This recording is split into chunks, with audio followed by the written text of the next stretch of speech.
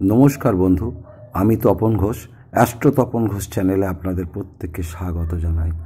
আজ আমি এই ভিডিওটি আপনাদের কাছে প্রদর্শন করতে চলেছি একটি হাতের ছবিতে বিভিন্ন ক্ষেত্রে বিভিন্ন ধরনের চিহ্ন পরিলক্ষিত হচ্ছে।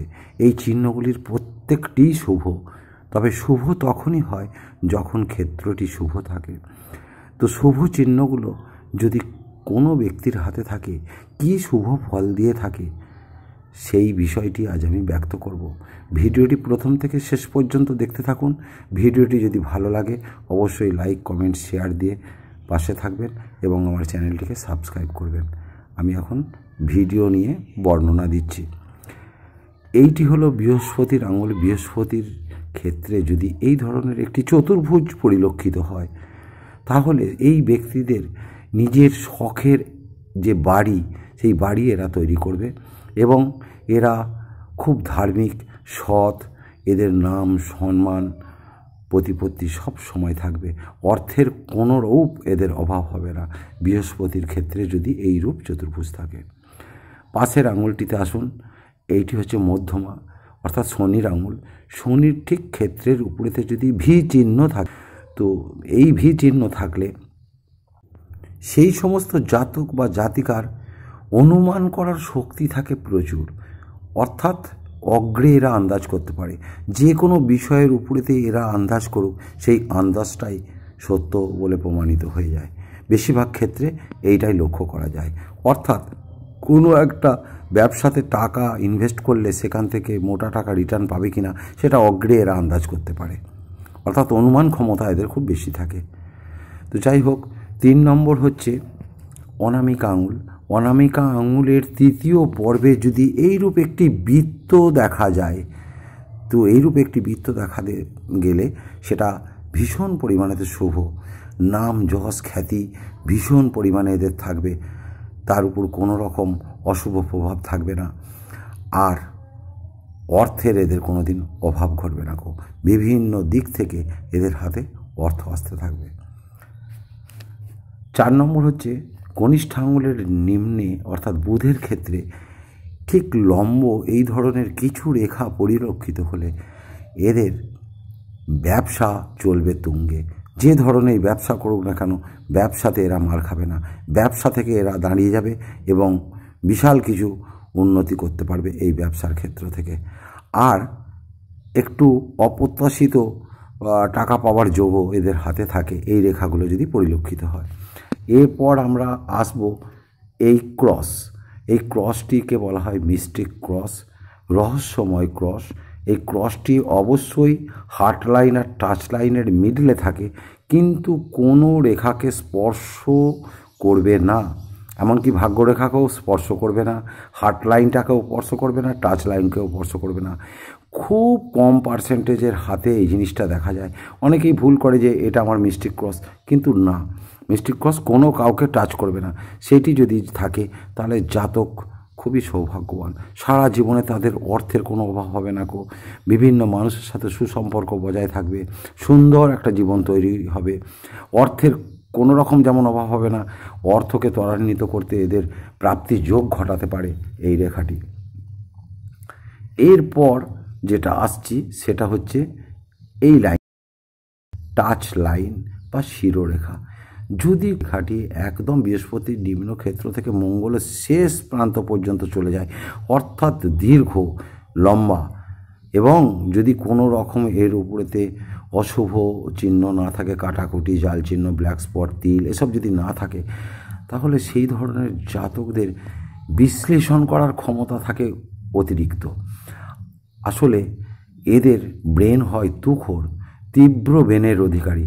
যে কোনো বিষয়কে এরা মানুষের কাছে সহজে বুঝিয়ে দিতে পারে।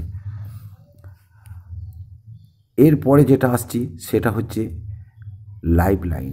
লাইফ লাইনের উপরেতে যদি একটি ত্রিভুজ থাকে, ত্রিভুজটি যদি বড় হয় তাহলে সে একটা বড় বাড়ি তৈরি করবে। এটা তার যে স্বপ্ন, সেই স্বপ্নকে সে সার্থক করবে। ছোট থাকলে ছোট বাড়িও তৈরি করবে। যেমন ত্রিভুজটি থাকবে সেই অনুযায়ী এটাকে অনুমান করা হয় যে এইরকম ধরনের সে একটা বাড়ি তৈরি করতে পারবে। অর্থাৎ ত্রিভুজ একটি থাকলে তার জীবনে তার নিজস্ব একটি বাড়ি তৈরি হবে। এইখানে মণিবন্ধ রেখার উপরেতে বিশেষ করে যদি চন্দ্রের ক্ষেত্রে মণিবন্ধ রেখার উপর থেকে চন্দ্রের ক্ষেত্রে একটি ত্রিভুজ পরিলক্ষিত হয়, তাহলে এটা একটা প্রাপ্তিযোগের লক্ষণ। কোনো লটারির মাধ্যম দিয়ে হোক, ফাটকার মাধ্যম দিয়ে হোক, শেয়ারের মাধ্যম দিয়ে হোক, যে কোনো মাধ্যম দিয়েই হোক না কেন, একটা বিরাট প্রাপ্তিযোগ তার হাতে কিন্তু থাকেই এই চিহ্নটি। এরপর যেটা আসছি সেটা হচ্ছে এই রেখাটি, এটিকে বলা হয় মার্শাল রেখা। এটাকে অনেকে ঈশ্বর প্রদত্ত রেখা বলে, আবার অনেকে বলা হয় গাইডলাইনও বলা হয় এটাকে, কারণ এই রেখাটার অনেক গুণ। এটা বহু হাতে দেখা যায়, কিন্তু ভঙ্গ দেখা যায়, ছোট দেখা যায়, তার ভেতরে ত্রুটি দেখা যায়। যদি এই রেখাটি আয়ু রেখার পাশে এরম সমান্তরালভাবে লম্বায় আসে, তাহলে সেটাকে এই যে মার্শাল রেখা, এটাকে মার্শাল রেখা বলা হয়। মার্শাল রেখা যদি হাতে থাকে তাহলে প্রাপ্তিযোগ তার জীবনে ঘটবে।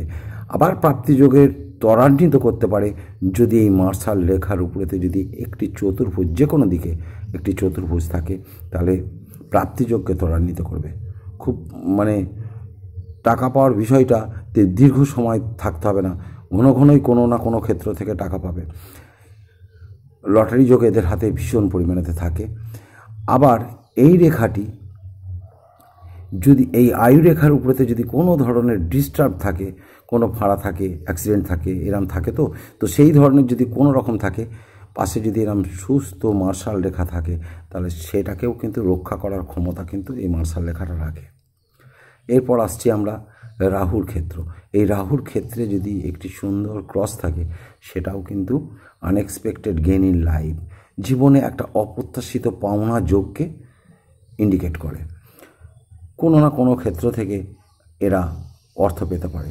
অর্থাৎ এই সব ব্যক্তিরা যদি লটারি কাটে, তাদের ক্ষেত্রে কিন্তু লটারি লাগার সম্ভাবনাটা থাকবে অনেক বেশি, প্রবাবিলিটিটা বেশি। এর নিচে যদি এই ধরনের চেন নিচের গাঁটটি হয়, এটিকে বলা হয় যে এই জাতকরা সারা জীবন একটা পার্মানেন্ট ইনকাম এদের কিন্তু থেকে যাবে। ইনকাম এদের কোনো সময়ের জন্য বসবে না, সারা জীবন পার্মানেন্ট ইনকাম থেকে গেল এই ধরনের গাঁট যদি থাকে।